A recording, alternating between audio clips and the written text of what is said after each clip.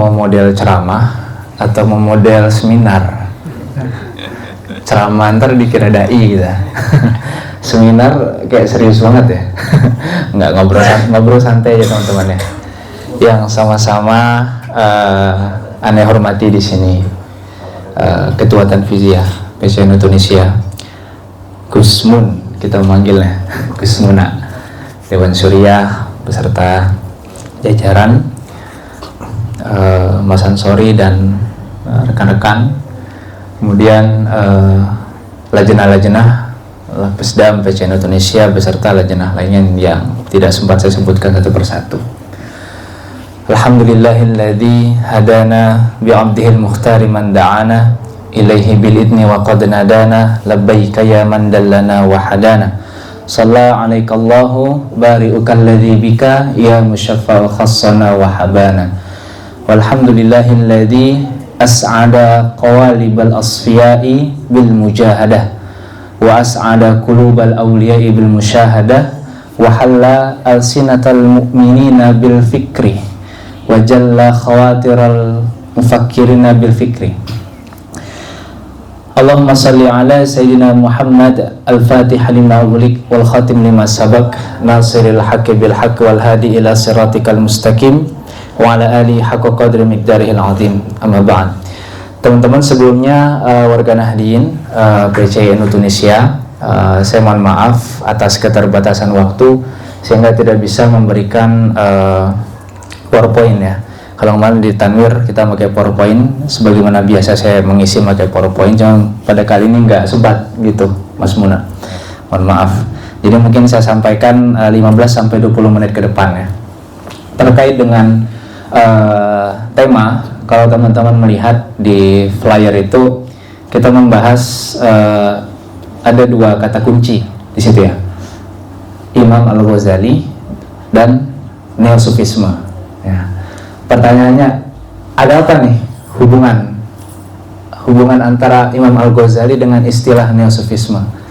Ataukah Imam Al-Ghazali ini sebagaimana kita kenal ya, dari sisi keintelektualan dan keulamaannya, beliau ini kan ulama yang cukup ensiklopedis.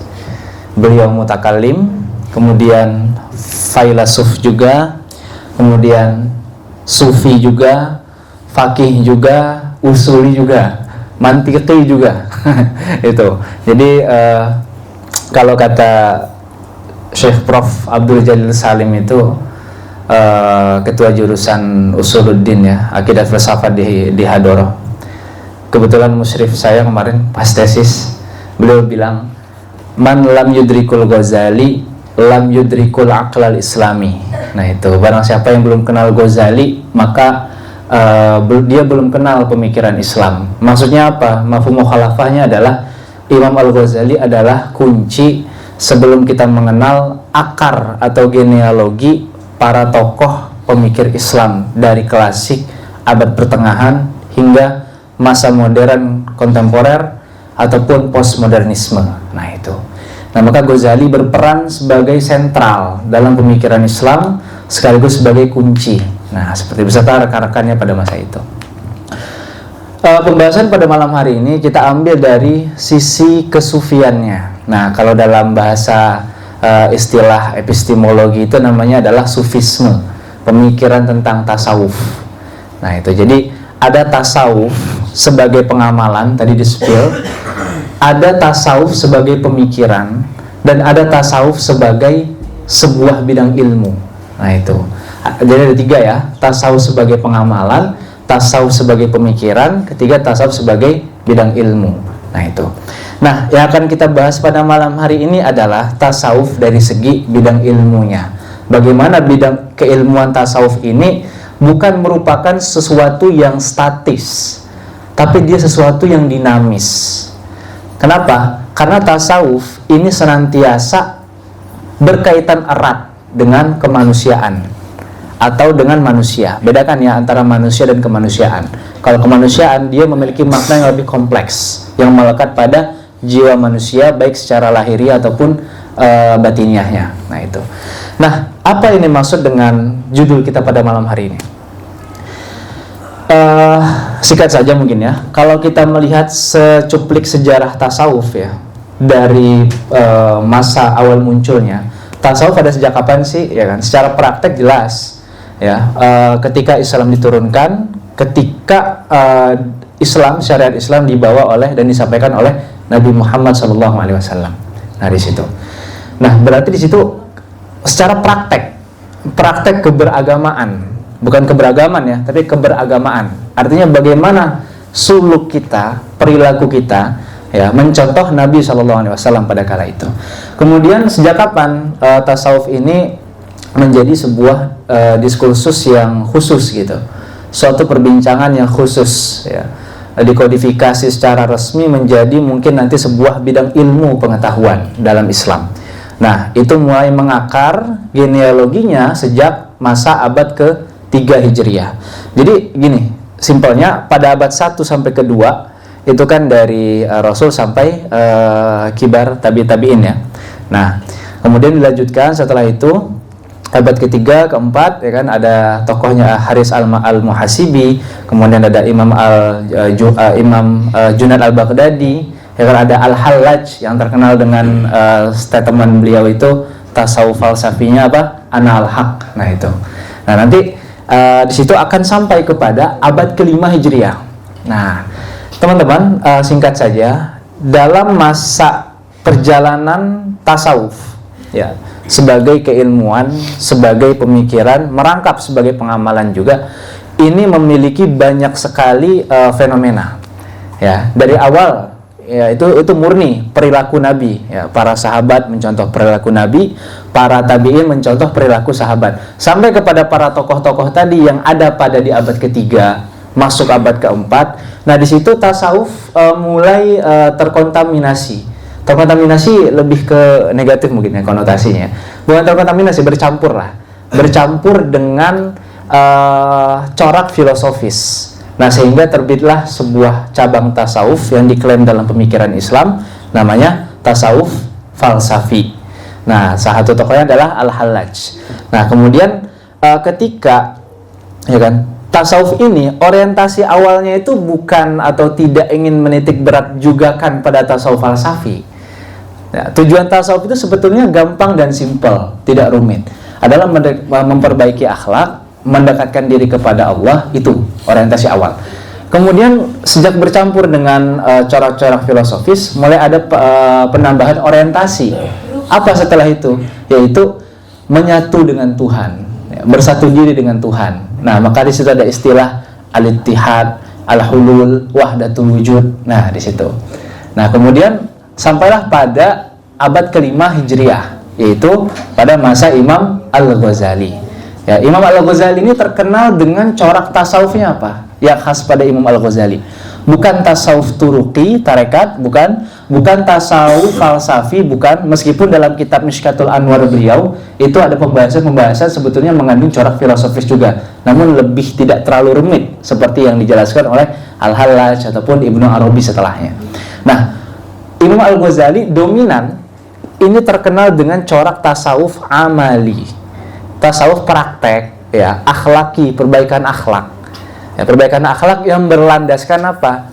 Ya, Al-Quran dan Sunnah. Nah, maka tasawuf Ghazali ciri khasnya apa? Amali, akhlaki, sunni.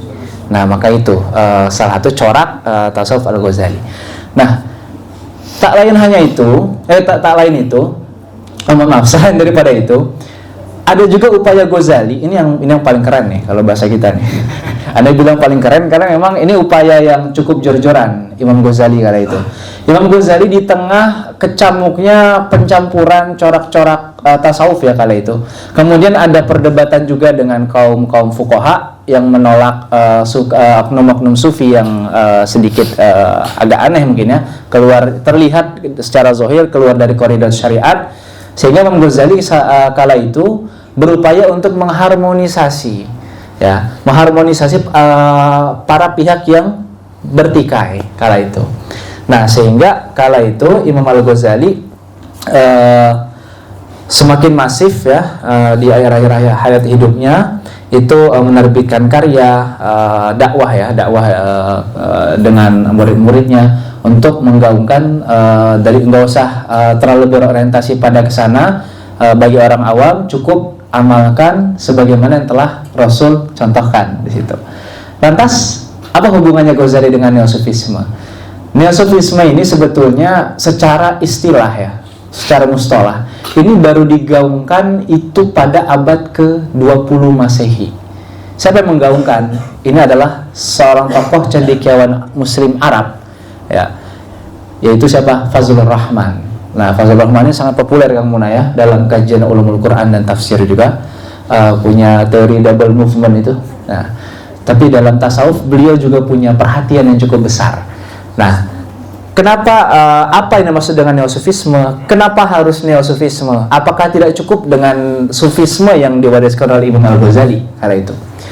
Nah, kalau kita lihat secara historisitas dan kronologis, Mas Robert nanti dikoreksi ya, kan ada filsafat tasawuf karyanya tuh mungkin punya pandangan yang berbeda gitu. Jadi tasawuf ini memiliki fase, teman-teman. Fase pertama itu kemunculan dan pertumbuhan secara praktek pada abad 1 dan 2 Hijriah. Oke. Nah, kemudian setelah pertumbuhan, dia mulai mengalami perkembangan kala itu. Di saat berkembang ya, pada abad ketiga, keempat tadi, beserta polemik yang ada tuh kala itu, mulai ada masalah di situ, ada sedikit gangguan ya kan, yang berupaya membelokkan orientasi awalnya sehingga muncul ragam orientasi baru di situ. Kemudian sampai pada masa abad kelima, tasawuf berusaha disempurnakan dan dimurnikan ya, terutama dalam ini Buya Hamka menulis perkembangan dan pemurnian tasawuf. Tasawuf dimurnikan secara orientasi, corak ya pada masa Imam Al-Ghazali. Kemudian setelah itu aktif kembali corak falsafinya pada masa Ibnu Arabi ya. Sampai pada abad ke-20 Masehi, singkat saja, tasawuf diperbarui. Nah, maka muncullah sebuah, mungkin bisa kita katakan gagasan ya, atau teori bernama neosufisme, atau dalam bahasa Indonesianya pembaharuan pada sufisme. Yang diperbarui apa? Apakah seluruh ajaran peninggalan sufisme? Tidak. Yang diperbarui beberapa poin saja. Apa saja yang diperbarui? Nah, tentu sebuah teori, gagasan itu tidak akan muncul kalau tidak ada latar belakang, kalau tidak ada masalah atau problematika atau fenomena yang melatar belakanginya. Nah, maka Fazlur Rahman sebagai salah satu cendekiawan Muslim kontemporer yang progresif melihat banyak sekali kaum sufi yang, mohon maaf, yang mungkin bertarekat tapi terlalu menyibukkan diri dengan akhiratnya, tidak melihat dan merespon realitas dunia, maka seakan sufisme tidak merespon zaman. Nah, maka di sini Fazlur Rahman ya menggaungkan teori neosufisme ya untuk membuka lebih luas orientasi sufistik, ya, orientasi sufisme. Agar apa? Kita beragama oke secara internal ya, diri kita beragama juga oke secara sosial, dan beragama juga oke bagaimana hubungan antara manusia, antar sama manusia, manusia dengan Tuhannya, ataupun manusia dengan alam semesta. Kemarin itu muktamar sufi di Pekalongan ya, muktamar sufi Ad-Dauli itu Pekalongan, kalau nggak salah Kang Tamam menggaungkan ini ya, green sufism ya.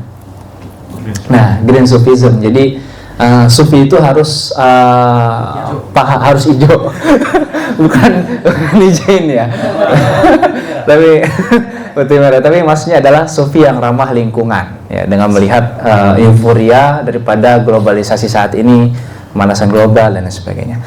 Lantas apa hubungannya tuh sufisme ala Ghazali ya, yang tadi mengalami pemurnian, dengan pembaharuan sufisme ala Fazlur Rahman? Bedanya apa? Nah, maka di sini kita mengambil satu benang merah, kita mengambil satu titik. Fazlur Rahman menitik beratkan pemikiran yang harus digaungkan dan dikembangkan lebih luas adalah apa? Yaitu akhlak, moral. Semua permasalahan krisis di dunia sekarang adalah karena persoalan individu yang belum selesai. Nah, maka akhlak ya, kalau kemarin diskusi di Tanwir, kata Mas Robert, Barat punya filsafat, kita punya tasawuf. Nah itu, jadi tasawuf ya dengan basis akhlak kita, dan mungkin Barat dengan basis filsafat etiknya, ya tentu kita harusnya lebih masif dong dalam memperbaiki akhlak atau moral. Nah maka dalam memperbaiki akhlak dan moral ini tidak terfokus pada spiritualitas, moral, individual atau mistisme, tidak. Tapi kita harus lebih berorientasi pada ranah yang lebih luas, yaitu apa? Spiritualitas, moral, sosial. Nah jadi kita sufi ya kan, sufi secara amali, secara praktek. Dan kemarin ditambahkan sama Kiai Mukti Ali Kusyairi, Ketua LBM Basul Masail ya DKI Jakarta, sewaktu kita webinar bulan puasa kemarin PCNU se-Timur Tengah, beliau menyampaikan kita membahas tentang relevansi sufisme di era modern. Jadi seorang sufi itu dan pemikiran itu masih relevan nggak sih di era sekarang gitu?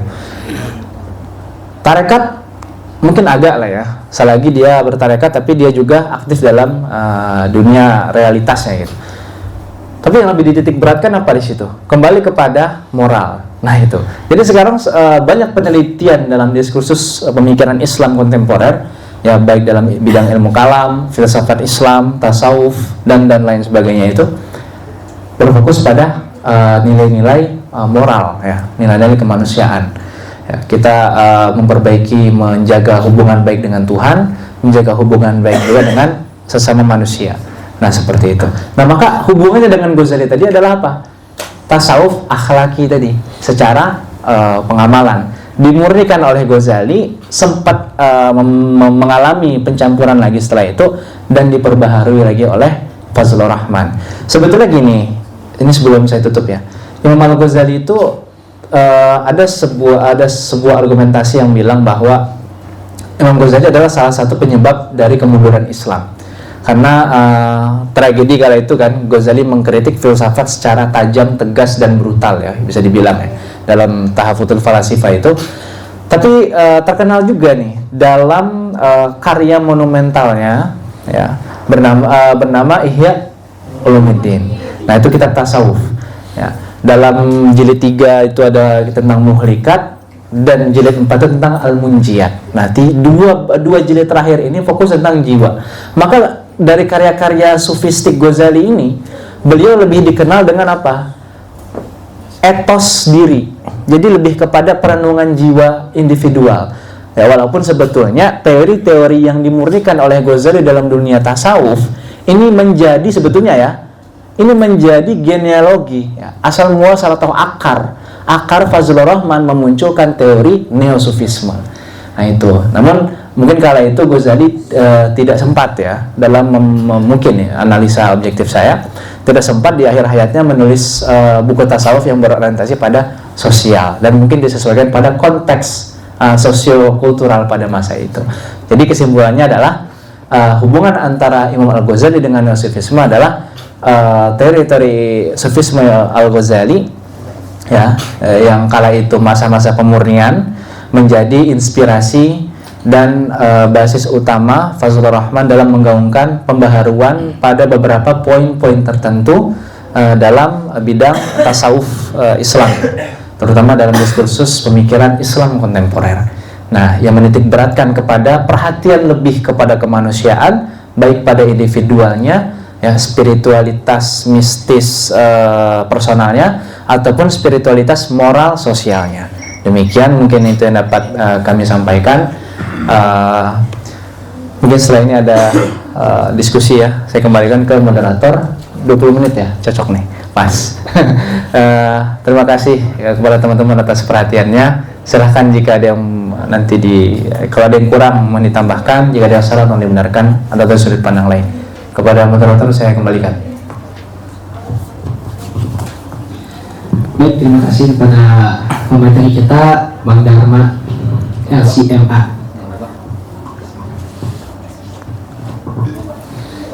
Ya, teman-teman, jadi Imam Al-Ghazali memang luar biasa. Ya, beliau itu salah satu ulama yang ensiklopedis kalau kata tadi itu. Ya, atau bahasa Arab itu kita sering dengar itu mutafanin. Beliau punya karya kitab mu'allafatnya itu kafir banyak.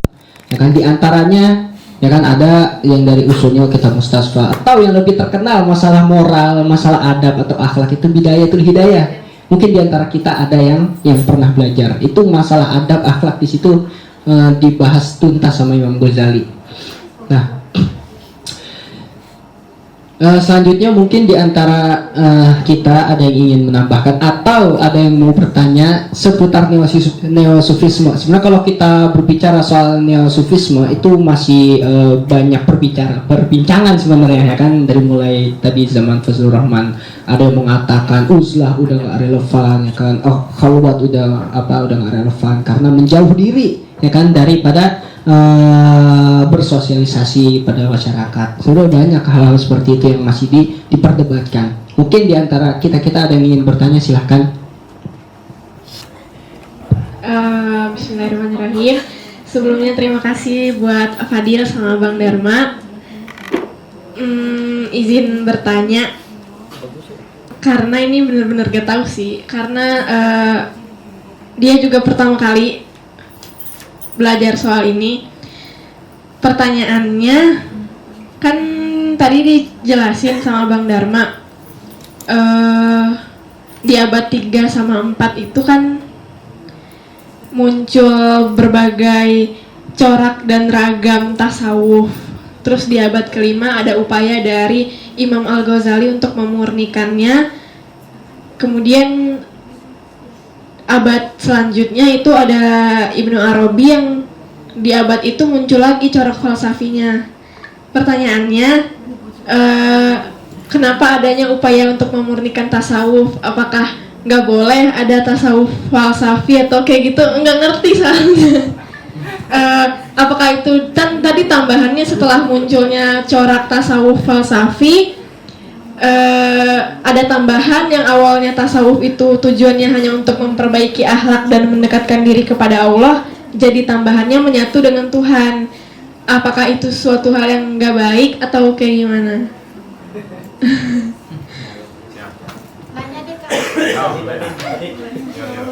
Terima kasih. Habis ini jangan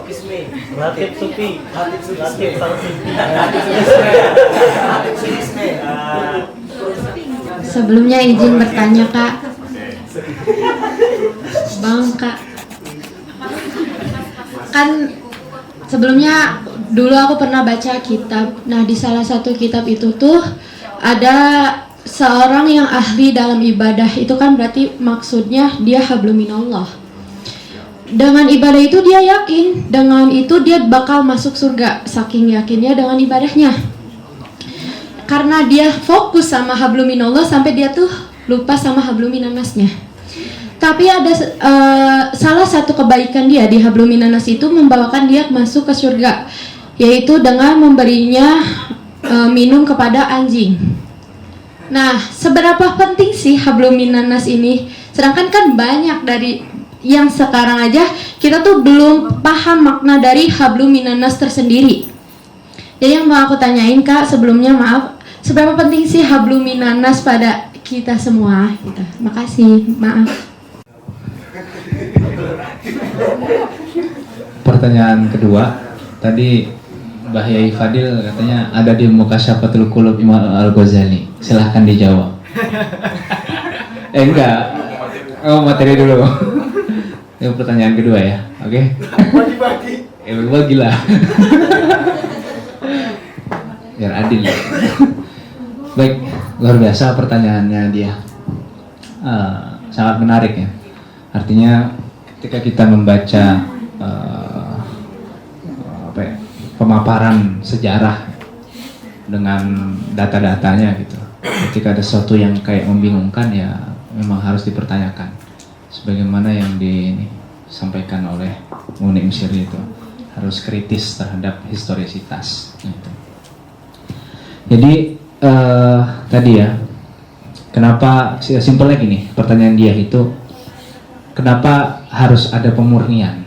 Nah itu bisa mungkin dia tanyakan ke Imam Ghazali langsung malam ini. Enggak, canda. Jadi dari pembacaan dalam pembacaan akademis itu kita membaca sejarah berdasarkan data yang ada, ya. Jadi ada sebab, ada akibat, ya. Sesuatu akibat itu akan ada ketika ada sebab dengan variabel-variabel yang ada. Nah, kembali ke corak awal tasawuf, ya.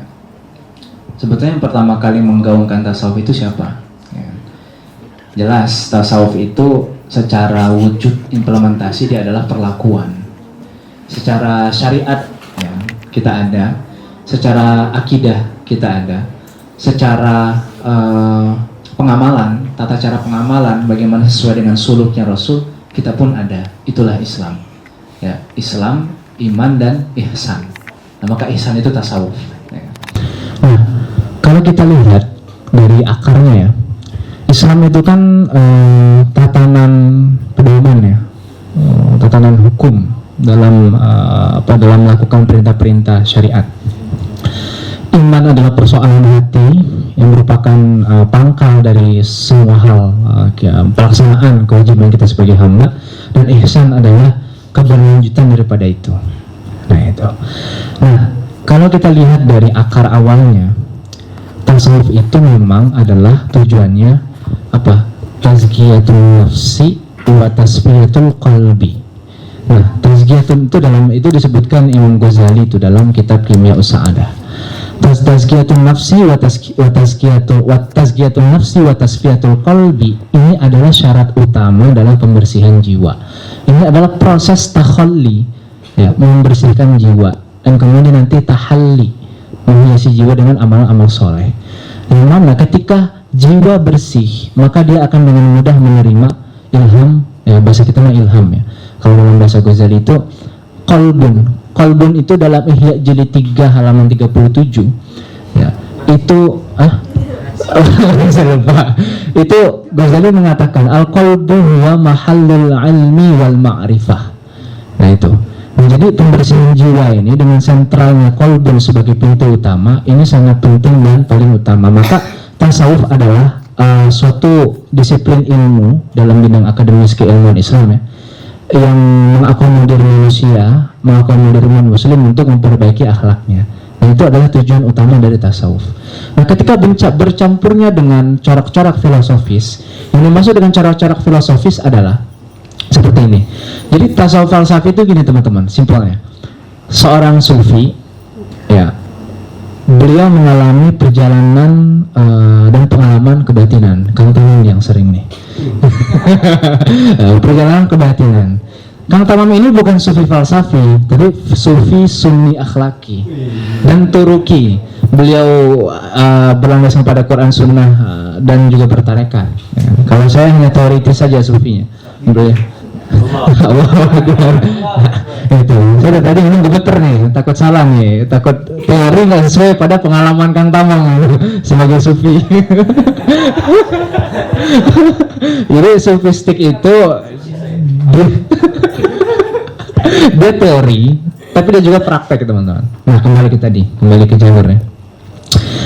Jadi tasawuf falsafi itu apa? Seorang sufi, ya, dia mengalami perjalanan kebatinan, pengalaman kebatinan, perjalanan ruhaniahnya. Kemudian dia mengaku dia sampai pada ma'rifat. Lalu dia jelaskan ke khalayak umum dengan bahasa-bahasa filosofis, dengan bahasa-bahasa yang memancing akal untuk berpikir secara keras, radikal. Contoh, ya, wahdatul wujud. 1 tahun saya memahami wahdatul wujud susah itu, ya teman-teman. Konsep wahdatul wujud seperti apa, ya kan? Ini Ibnu Arabi, kemudian ada wahdatul mutlaq ya Ibnu Sab'in. Nah, jadi corak-corak filosofis ini terlihat ketika seorang sufi menyampaikan atau bercerita hasil daripada pengalaman kebatinan atau rohaniahnya. Nah, itu dinamakan tasawuf falsafi. Maka itulah corak filosofis yang masuk pada ranah sufisme di situ. Nah, Imam Al-Ghazali, ya kan, mendengar dan sampai masalah ini atau diwariskannya masalah ini pada masa beliau, pada masa kehidupan abad ke-5 Hijriah. Lalu, ya kan, karena Imam Al-Ghazali ini tidak memperhatikan hanya sekedar orang-orang khawas saja. Kalau sufi oke lah, mereka punya pengalaman batin, diobrolkan sesama mereka ya nyambung gitu kan. Tapi kalau disampaikan ke orang awam, ketika bilang wahdatul wujud, ketika diriku zatku bersatu dengan zat Tuhan. Dan walaupun ibaratkan dengan dua sisi pada satu keping mata uang, itu analoginya. Tapi apakah zat selain Tuhan itu bisa disandingkan dengan Tuhan, dan bagaimanakah hakikat definisi keduanya itu? Kan tidak sama dong zat kita dengan zat Tuhan gitu kan. Itu panjang sekali kalau melihat wujud. Nah, oleh karena itu dia Imam Al-Ghazali sangat memperhatikan mayoritas orang awam. Nah, ketika nanti ajaran ini tidak sampai ke mereka akan kebingungan dan menganggap tasawuf suatu yang rumit dan serem gitu. Nah, akhirnya kata Imam Ghazali, dimurnikan kembali artinya bukan membersihkan corak filosofis, ya, tapi mencoba untuk menimbulkan lebih orientatif lah corak sunni akhlaki amal ini. Jadi ibarat kata gini, karena pada masa itu murid-muridnya masyarakatnya kebanyakan orang awam, nah maka digaungkannya adalah tasawuf amali sunni akhlaki. Tapi Imam Ghazali juga menyampaikan dalam kitab Mishkatul Anwarnya ya, sedikit demi sedikit tentang tasawuf falsafi. Nah, maka dalam salah satu contoh Imam Ghazali memperhatikan orang awam, juga memperhatikan setiap kalangan gitu. Juga ada definisi-definisi tentang saadahnya gitu. Saadahnya orang awam seperti apa, saadahnya orang khawas seperti apa, saadah orang khawasul khawas seperti apa. Dan seperti itu dia. Jadi pemurnian itu dengan tujuan untuk mengharmonisasi kembali paham-paham yang dianggap nyeleneh atau paham-paham yang sempat menjadi problematika dalam masyarakat awam karena itu. Nah, seperti itu. Walaupun setelah Ghazali ya kan sampai ke Fazlur Rahman lebih orientasinya kepada pembaharuan yang bersifat jangan sibuk mengurusi diri sendiri, tapi bukalah matamu pada realitas dunia ini. Nah, maka tasawuf di situ berperan pada menghendaki agar tasawuf ini punya selalu pandangan positif terhadap dunia. Apapun masalahnya yang hadapi. Nah, karena tasawuf adalah konsep moral Islam, ya, solusi bagi keagamaan, kemanusiaan dan pluralitas yang ada pada dunia saat ini. Demikian. Pertanyaan kedua, Bahyai, silakan. Antum dulu. Lah, haus gua. Haus. Tidak terjawab. Yang kedua tadi. Oke, ini jawaban yang kedua ya. Sepenting apa sih hablum minan nas gitu ya? Ya, sepenting apa? Sebenarnya dari zaman Nabi itu juga ada salah satu sahabat yang ditegur, ya, fokus aja ibadah di dalam masjid tanpa adanya muamalah. Tuh. Iya, tadi antum sampaikan itu salah satu, sebenarnya ceritanya banyak dari para salafun saleh. Salah satunya ada di Fathul Bari juga ada cerita kayak tadi itu ya.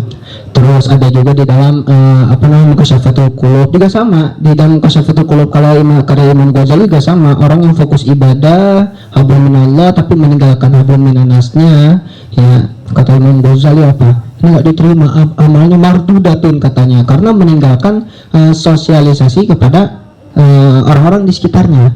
Ada yang mengatakan seperti itu. Nah, pentingnya apa? Pentingnya itu adalah jawabannya itu ada di dalam kitab Tajul Arus fi Tahdhibun Nufus karyanya Imam Ibnu Athaillah As-Sakandari. Ini salah satu kitab yang terkenal, bukan hikam aja. Nah, di dalam kitab itu dijelaskan bahwasanya salah satu ya yang menyebabkan kita masuk surga itu bukan karena banyaknya amal ibadah, melainkan rahmat dari Allah Subhanahu wa Ta'ala. Makanya ketika kita menyambung atau bersosialisasi kepada orang-orang di sekitar kita atau menyambungkan hablum minan nas, itu tujuannya apa? Untuk mendapatkan rahmat dari Tuhan. Kita nggak ada yang tahu rahmat dari Tuhan itu datangnya dari mana. Ya, bukan dari banyaknya ibadah doang, bukan. Maka dari situ di dalam Quran dijelasin la taqtu min rahmatillah. Ya kan, ini sebenarnya ya bagi orang-orang yang suka maksiat ini ya nasihat supaya tidak berputus asa untuk mendapatkan rahmatnya tuh Tuhan. Maka dari situ kalau emang ibadahnya hablum minallahnya kurang kuat, maka diperkuat hablum minannasnya dengan tujuan mendapatkan rahmat dari tuh Itu jawabannya ada di dalam kitab Tajul Arus fi Tahdhibin Nufus karyanya Imam Ibnu Athaillah As-Sakandari. Simpelnya seperti itu ya. Sebenarnya panjang kalau dibahas, tapi simpelnya seperti itu. Wassalamualaikum. Langsung tutup apa gimana? Simpulan. Ya, kesimpulan kalau saya sedikit aja sih ya. Jadi term Sufism ini masih relevan dan akan terus dikaji nih sebetulnya, karena ini menyangkut tentang manusia. Sebagaimana Gus Dur kan bilang tuh bahwa agama itu hendaknya tidak jauh dari kemanusiaan, baik dengan manusia ataupun kemanusiaan itu sendiri. Nah, jadi tasawuf yang bersifat amali, ya kan, praktek, mau nanti ada tambahan seorang mau bertarekat ketika sudah siap, kemudian mau ada tambahan corak-corak filosofis ya yang bisa dibincangkan dalam dunia akademik, dalam di UIN di Indonesia banyak sekali, ya kan. Kemudian di Barat juga ya, Sufism di Chicago, di Harvard, di Pioneer School itu ada kajian atau seminar tentang Sufism juga yang mengulik tradisi timur ya, tarekat-tarekat yang ada pada masa klasik, abad pertengahan ataupun pada masa-masa saat ini. Karena itu menariknya ya kan. Barat mungkin mereka punya filsafatnya yang unggul, kita Islam punya tasawufnya seperti itu. Dan salah satu bukti Al-Quran ya itu sholihun likulli zaman wal makan itu ya, salah satu hal yang menjembataninya adalah diskursus tasawuf ini di antara diskursus lainnya yang bersifat berkelanjutan dan akan terus berkembang, ataupun ada fenomena baru diperbarui lagi sesuai dengan konteksnya. Jadi fokus pada kontekstualisasi seperti itu. Bagaimana kita membaca historis, bagaimana kita membaca sejarah, bagaimana kita membaca realita, ya kita baca sejarah dengan pembacaan kekinian seperti itu. Baik, mungkin itu saja dapat kami sampaikan sekalian. Malam Jumat ya, malam Jumat. Saya Dharma Setiadi. Maaf sebesar-besarnya ya atas kesalahan. Kebetulan forum ini yang pernah saya perbuat selama 6 tahun ya, Kang Tamam, sahabat seperjuangan 2018 sejak di sini ya. Kemudian Ansori datang 2019 ya kan, bersama rekan-rekan selanjutnya Kang Muno, sahabat seperjuangan S2 2021 kita datang beserta sahabat saya juga di sini Fadil dan sahabat-sahabat lainnya sepertongkrongan ya kan, seperguruan silat juga ada. Senasib piket juga ada. Pakai BRI, banyak sekali pengalaman di Tunis. Dan teman-teman perempuan yang pernah, kalau misalnya saya pernah melakukan kesalahan mohon dimaafkan, kalau ada utang mohon ditagih ya. Kalau saya lupa. Ya itu. Saya mohon pamit karena Selasa saya akan pulang ke Indonesia, Alatul ya, dan belum tahu kalau ditanya lanjut S3 atau enggak. Saya kafahin gimana nanti S3-nya gitu, masih bingung antara di Tunis atau di Indonesia atau di negara lain.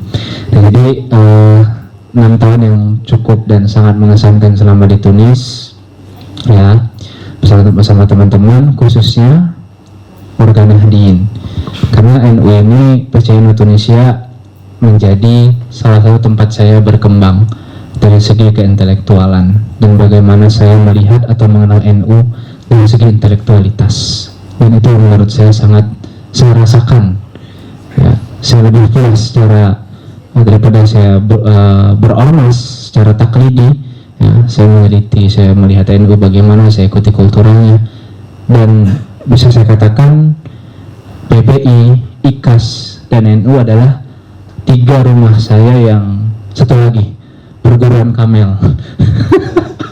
4 rumah saya yang tidak bisa saya peringkatkan, masing-masing punya kontribusi luar biasa. Izinkan saya pamit ke Indonesia dan Mas Robert, selamat melanjutkan estafet kepengurusan Lakpesdam. Sama kalau ada kesempatan lain waktu tidak bisa berbincang dan bertemu kembali, saya minta satu, muka-muka sahabat saya di sini, ya, saya insya Allah tidak akan lupa dengan kalian. Dan kalau udah jadi orang besar jangan lupa sama saya gitu ya. Ya, saya Ustadz Ahmad Siddiq ya kan, uasnya Pekanbaru. Assalamualaikum, saya ketemu sama Ustadz Ahmad Siddiq. Bapak udah janjian? Oh nggak ada, enggak. Kalau kayak gitu saya langsung buat tulisan up media nasional. Ya, ada Zulfi, ada dia, ya teman-teman lama yang saya kenal, ya kan. Mohon pamit semuanya, mohon izin pamit untuk hari Selasa nanti. Demikian, sampai bertemu di lain waktu dan kesempatan yang lain. Assalamualaikum warahmatullahi wabarakatuh.